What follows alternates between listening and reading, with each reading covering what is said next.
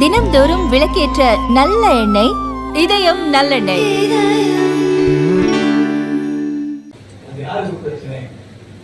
அந்த பிரச்சனை உங்களுக்கும் வரலாம், மற்றதான் வந்து நினைக்கக்கூடாது. அது வழியில் போய் எல்லாருக்கும் வரலாம். நோய் கிருமிகளுக்கெல்லாம் வரலாம், பிரச்சனைகள் இருக்கும், எல்லாருக்கும் இருக்கும்.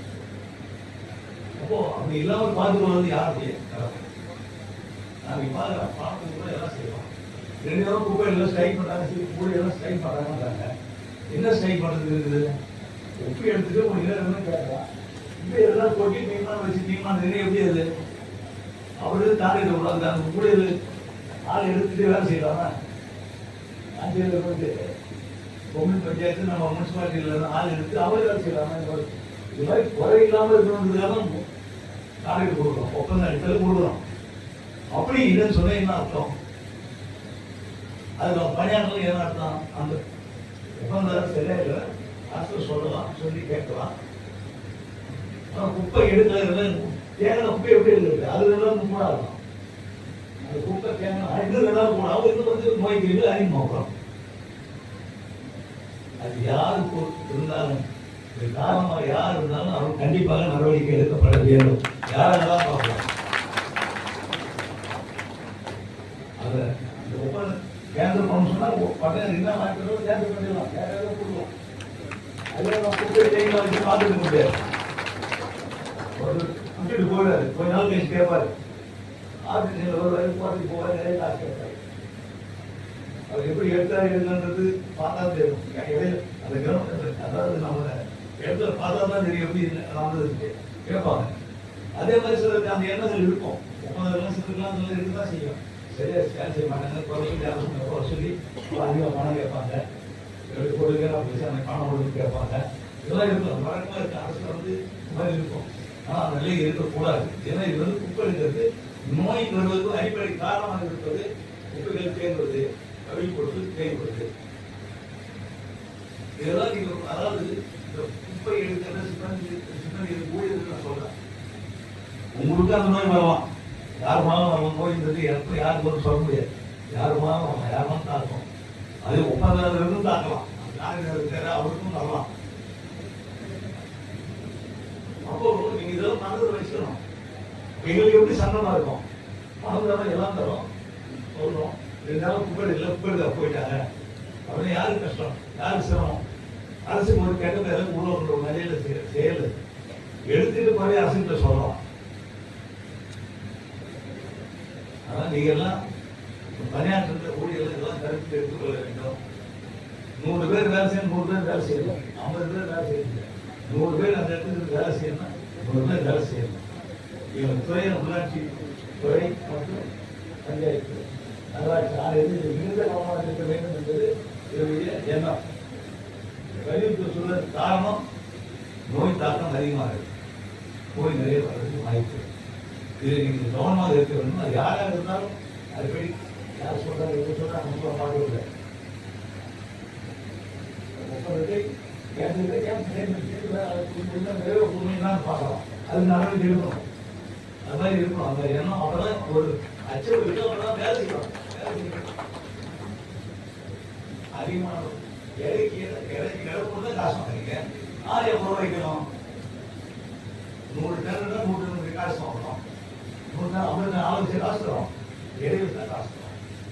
இதில் ஒப்பந்தம் மிகவும் மேலும் நல்ல ஒன்று கவனமாக இருக்க வேண்டும் என்ற நம்மளுக்கு தெரிவித்துக் கொள்ள விரும்பினேன். அப்பதான் நம்ம பாரதத்தில் நாடுகளுக்கு நம்ம இந்தியா இருக்கக்கூடிய நம்முடைய புதுச்சேரி மாநிலம் தூய்மையான சுகாதாரமாக இருக்கணும், சுத்தமாக இருக்கணும். இது ஒரு சின்ன இடம், எல்லோரும் எல்லாருக்கே பகுதியில் போயிட்டு வரவங்க தான் தெரியும்.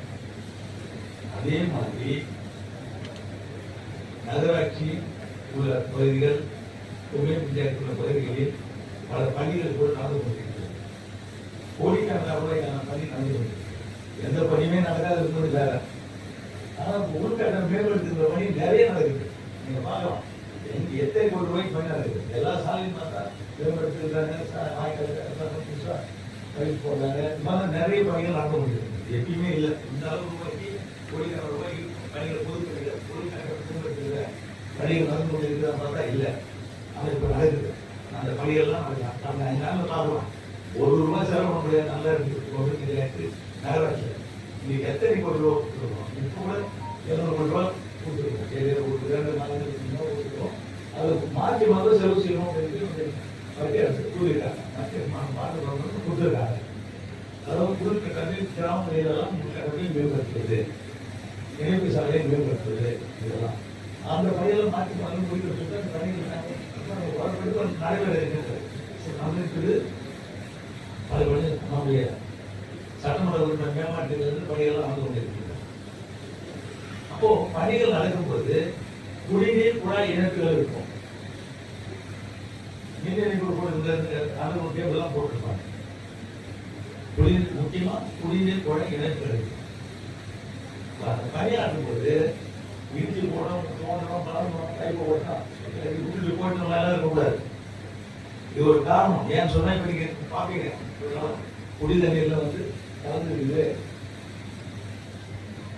அப்படின்னு சொன்னா என்ன காரணம் பார்த்தா பல பணிகள் நடந்துருக்கும்போது பணிகள் செய்யும்போது அவரோட பலன் வரும்போது அந்த இப்பெல்லாமே தான் ஆள் தனியாக ஆளாக வச்சு இருப்பாங்க. ஆனால் இப்போ வந்து பார்த்தா ஒரு இதை விட்டு எடுத்தாங்க, அப்படி எடுத்தாங்க, யார் எதாவது ஒரு அது மாதிரி.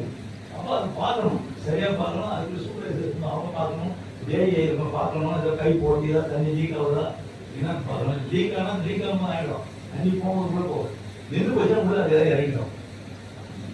சில இடங்களில் சில பகுதிகள் இது மாதிரி நடுவில் பார்க்குறோம். இது ஒரு முக்கிய காரணமாக இருப்பதற்கு ஒரு காரணமாக இருக்கிறதையும் பார்க்கணும். அப்போ அது யார் தண்ணீர் மூலமாக அது மாதிரி அந்த பணிகள் நடக்கும் பொழுது அந்த பணிகள் அந்த இடங்களை மாலைகளை பார்த்து செல்ல வேண்டியது அந்த பொறுப்பு.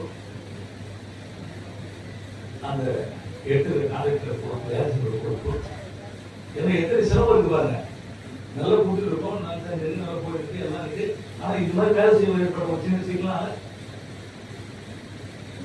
அரசுக்கு ஒரு கெட்ட நிலைக்கு தள்ளப்படுகின்றோம். திட்டங்கள் நல்ல திட்டங்கள்லாம் செயல்படுத்துகிறோம். ஆனா இது சின்ன சின்ன தவறுகள் ஏற்படும் பொழுது அரசு சரியா கண்டிப்பாக சரியா கவனிக்கல, மருத்துவமனை சரியில்லை, ஏதாவது ஒரு குறைகள் இருந்து கொண்டு அதுக்கு காரணம் இதோட மேம்பாட்டு பணிகள் மேம்படுத்துகிற பணிகள் நடக்கும்போது ஏற்படுத்துகிற தவறுகள். இதில் எல்லாம் துறை சார்ந்த கவனமாக இருக்க வேண்டும். பொறியாளர்கள் கவனமாக பார்த்துக் கொள்ள வேண்டும். இளமை பொறியாளர்கள் அந்த இடங்களெல்லாம் செல்ல வேண்டும், பார்க்க வேண்டும். இதெல்லாம் இருந்தால் தான் ஒரு ஒட்டுமொத்தமான ஒரு அந்த பணிகள் சரியாக நடந்து கொண்டிருந்தால் குறைகள் என்பது இருக்காது. தூய்மை எப்படி பூச்சி இருக்கும், சுகாதார நிலையை நாம் இருக்க முடியும், ஆரோக்கிய நிலையை நாம் இருக்க முடியும், நோய் நொடி இல்லாமல் இருக்க முடியும். ஏன் நோய் ஒரு காரணமே இதுதானே, கழிவு பொருட்கள் 50 கிலோமீட்டர். அதே மாதிரி சாப்பாடு நான் துறையில் சொல்லியிருக்கேன். வெளியில சாப்பாடாக இருக்கிற போட்டலாம் கொடுக்குறேன். நீங்கள் எங்கேயும் கவனிக்கணும், போய் பரிசோதிக்கணும், சுவாசம் செய்யணும், பரிசோதிக்கணும். சரி, நல்ல சாப்பாடு எப்படி சொல்லணும். நிறைய டூரிஸ்ட் வராங்க. வாரத்தில் பார்த்தீங்கன்னா அது 3 நாள் எவ்வளோ பேர் வராங்கன்னு தெரியுது. நிறைய கடைகள்லாம் இருக்குது. அதுக்கு கவனம் செலுத்த வேண்டும். துறையிலும் சுகாதாரம் அது அறிவுறுத்தல் இதெல்லாம் கவனம் இருந்தால் நிச்சயமாக தூய்மை எல்லாம் இருக்க முடியும். தூய்மையான நம்ம பூச்செடி, ஒரு அழகான பூச்செடி